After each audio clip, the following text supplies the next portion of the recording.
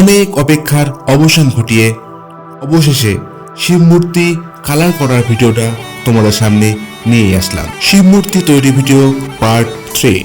হ্যাঁ বন্ধুরা, এই পার্টে আমি দেখাবো কি করে আমি শিব মূর্তিটিকে কালার করলাম। পার্ট 1 যেখানে আমি দেখিয়েছি ষাঁড় অর্থাৎ নন্দীটিকে তৈরি করার ভিডিও, সেটা তোমরা এখন মোবাইল স্ক্রিনে দেখতেই পাচ্ছ। এই ভিডিওর ডেসক্রিপশন বক্সে এই ষাঁড় তৈরির ভিডিওর লিঙ্ক দেওয়া থাকলো, তোমরা চাইলে দেখে নিতে পারো। শিব মূর্তি তৈরি ভিডিওটাও আমি ডেসক্রিপশন বক্সে লিঙ্ক দিয়ে রাখবো, তোমরা চাইলে দেখে নিতে পারো। আর সবার প্রথমে আমি শিবরামপাল, তোমরা যাকে শিবু বলে চেনো, আর তোমরা দেখছো আমার চ্যানেল শিবুস মডেল টিউটোরিয়াল। আর আমার প্রিয় বন্ধুরা, শিবুস মডেল টিউটোরিয়ালের নতুন একটি পর্বে তোমাদের স্বাগত। আমার এই চ্যানেলে মাটির প্রতিমা তৈরি, মাটির মডেল তৈরি সংক্রান্ত বিভিন্ন ইন্টারেস্টিং ভিডিও আপলোড করে থাকি। তোমরা যারা এখনো আমার চ্যানেলটিকে সাবস্ক্রাইব করোনি, সাবস্ক্রাইবটা করে দাও, যাতে এই রকম ইন্টারেস্টিং ভিডিওগুলো কখনো মিস না যায়।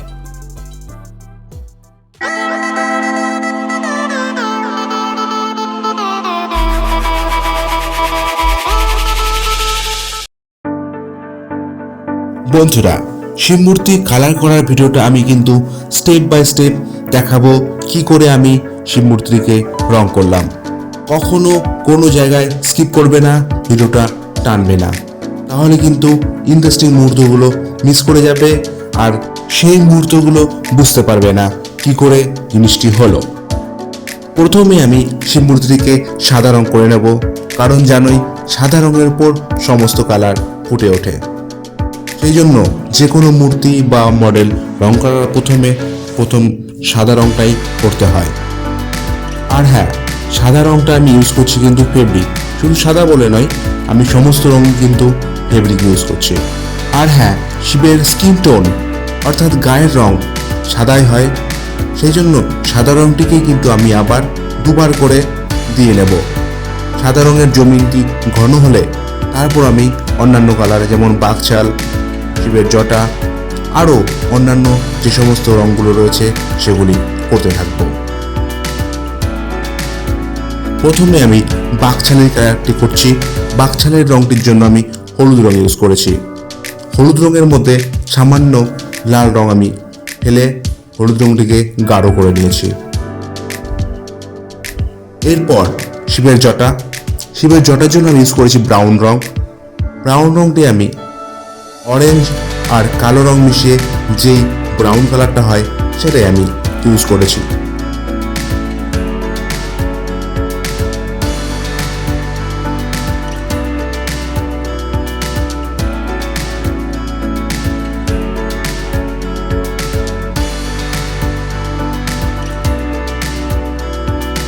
বাকছাল আর শিবের জটার কালার হয়ে গেলে কোমরে যে গামছা পরিয়েছি আমি শিবের, সেই গামছার কালারটা আমি করে নেব। গামছার কালারের জন্য আমি ইউজ করেছি লাল রঙের সঙ্গে অরেঞ্জ রং মিশিয়ে যে কালারটা হয় সেই কালারটাই আমি গামছাতে ইউজ করেছি। কালারটা কেমন হলো কমেন্টে জানাবে। এইবার গামছার কালার হয়ে গেলে জটার আউটলাইন টানতে হবে, সেটার জন্য আমি হলুদ রং ইউজ করেছি। এক একজন এক এক রকম করে, আমি ব্রাউনের উপর হলুদ রংটাই ইউজ করেছি। এটা দেখতে হাইলাইট হবে এবং দূর থেকে জিনিসটি ভালো লাগবে দেখতে।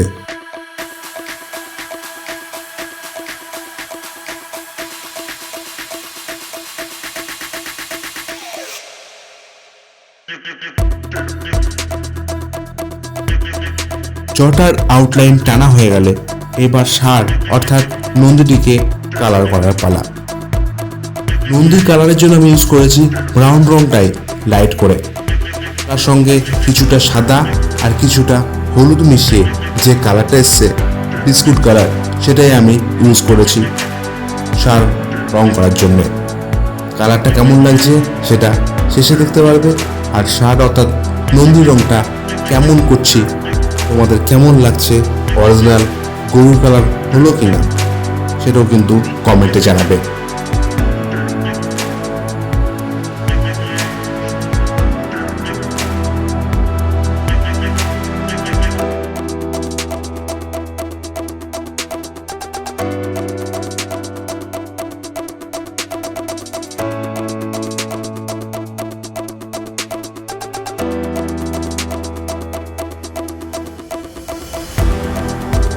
ষাঁড়ের গায়ের রং হয়ে গেলে আমি ষাঁড়ের পুর, শিং আর নাকের চাটুটা রং করে নেব।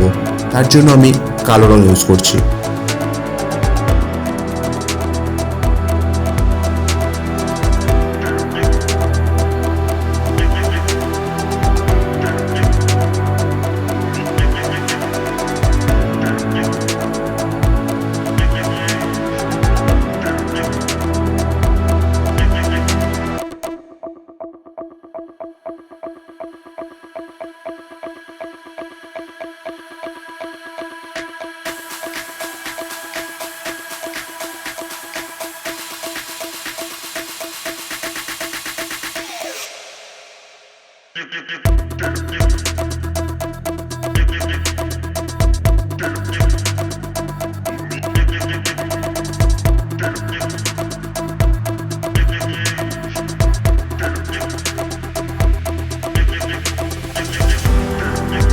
ষাঁড় পুরোপুরি রং হয়ে গেলে শিবের গায়ে শ্যাডো দিতে হবে। তার জন্য আমি হালকা নীল রং ইউজ করছি। দেখো কি করে শ্যাডোগুলো দিতে হয়। যেহেতু ফেব্রিক কালার, এখানে গুঁড়ো বা ডাস্ট রঙের শ্যাডো দেওয়া যাবে না। ফেব্রিক কালারের উপর লিকুইড রঙই আমি ইউজ করতে হবে। তার জন্য আমি লিকুইড রঙই ইউজ করছি।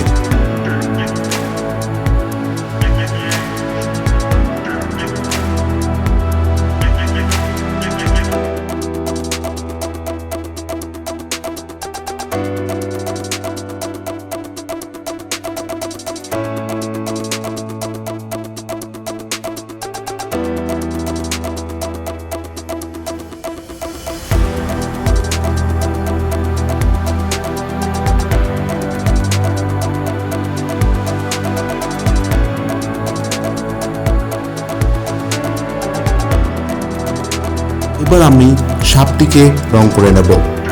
সাপটিকে রং করার জন্য আমি সাপের গায়ে আগে সাদা রং মাখিয়ে রেখেছিলাম।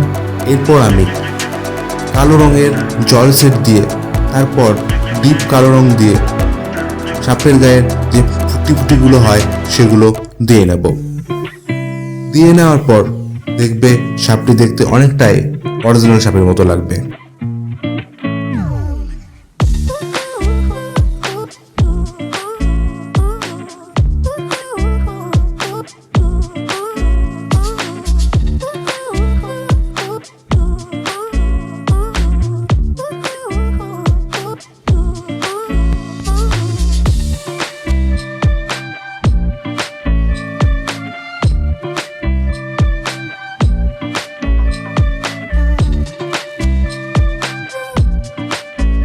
এরপর সাপের গায়ের উপর আমি সাদা রঙের কিছু বর্ডার টেনে দেব।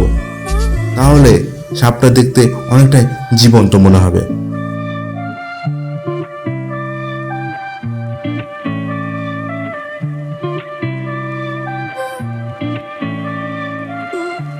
এবার আমি বাঘছালের ডোরা কাটা দাগগুলো দিয়ে নেব। তার জন্য আমি কালো রং ইউজ করেছি। আর কিভাবে ডোরা কাটা দাগগুলো দিতে হয় সেটা তোমরা দেখতেই পাচ্ছ। সমস্ত রং হয়ে যাওয়ার পর এবার আমার চোখ দেওয়ার পালা। প্রথমে চোখের ভেতরের অংশটুকু সাদা রং দিয়ে নেব। তারপর চোখটাকে ব্রাউন রং দিয়ে আগে টেনে নিতে হবে। তার আগে আমি ঠোঁটটাকে রং করছি। ঠোঁটটা রং করার জন্য অরেঞ্জ রঙের সাথে সাদা রং মিশিয়ে যে কালারটা হয় সেটা আমি ঠোঁটে ইউজ করছি।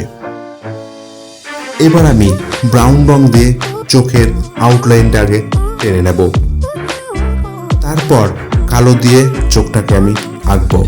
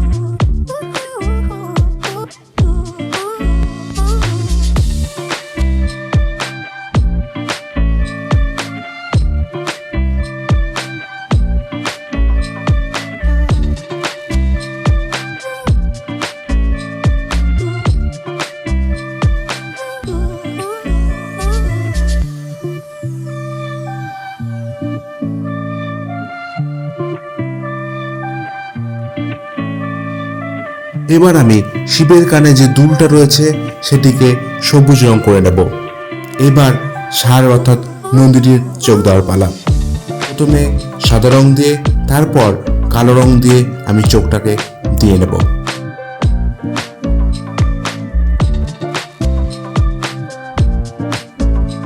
আবার চোখ দেওয়া হয়ে গেলে পরে এবার আমি কিছু বার্নিশ রং ইউজ করব। ষাঁড়ের শিং, নাকের অংশটুকু আর গলার সাপটা। বার্নিশটা ইউজ করলে সাপটাকে অনেকটাই জীবন্ত মনে হবে। রং করা চোখ করা হলো। এইবার শিবকে সাজানোর পালা। আর শিবের অলংকার মানে রুদ্রাক্ষ। আমি এখন শিবের গায়ে রুদ্রাক্ষ পরাচ্ছি। আগে আমি আঠা শিবের গায়ে লাগিয়ে রেখেছিলাম, এখন খালি রুদ্রাক্ষগুলোকে সেট করে দেবো। আর হ্যাঁ, তোমরা বুঝতে পারছো আমি রুদ্রাক্ষটা কী দিয়ে বানিয়েছি? এত ছোট রুদ্রাক্ষ কিন্তু পাওয়া যায় না। তোমরা দেখতেই পাচ্ছ কত ছোট ঠাকুর, তার মধ্যে এত ছোট রুদ্রাক্ষ পাওয়া কিন্তু মুখের কথা নয়। কিন্তু আমি রুদ্রাক্ষ লাগিয়েছি। তোমরা যারা জানতে পারছো বা বুঝতে পারছো যে আমি কী দিয়ে লাগিয়েছি তারা কমেন্টে অবশ্যই জানাবে। তাহলে বন্ধুরা, অবশেষে আমাদের শিব মূর্তিটি কালার করা কমপ্লিট। শিব মূর্তি কালার করার পর কেমন লাগছে অবশ্যই আমাকে কিন্তু কমেন্টে জানাবে। আর এতক্ষণ যেহেতু আমার সাথে জুড়ে রয়েছে ভিডিওতে, নিশ্চয়ই তোমার ভিডিওটি বা শিব মূর্তিটি ভালো লেগেছে। তার জন্য একটা লাইক কিন্তু অবশ্যই চাই। আর এখনও যারা আমার চ্যানেলটিকে সাবস্ক্রাইব করোনি, প্লিজ সাবস্ক্রাইবটা করে দাও। আর সাবস্ক্রাইব করার সময় বেল আইকনটা অবশ্যই ক্লিক করবে, তাহলে যখনই আমি এরকম নতুন কোনো ভিডিও ছাড়বো সবার প্রথমে চলে যাবে তোমার কাছে। আর আজকের ভিডিও এই পর্যন্তই। আবারও দেখা হচ্ছে নতুন কোনো ভিডিও নিয়ে সামনের সপ্তাহে। ততক্ষণের জন্য টাটা।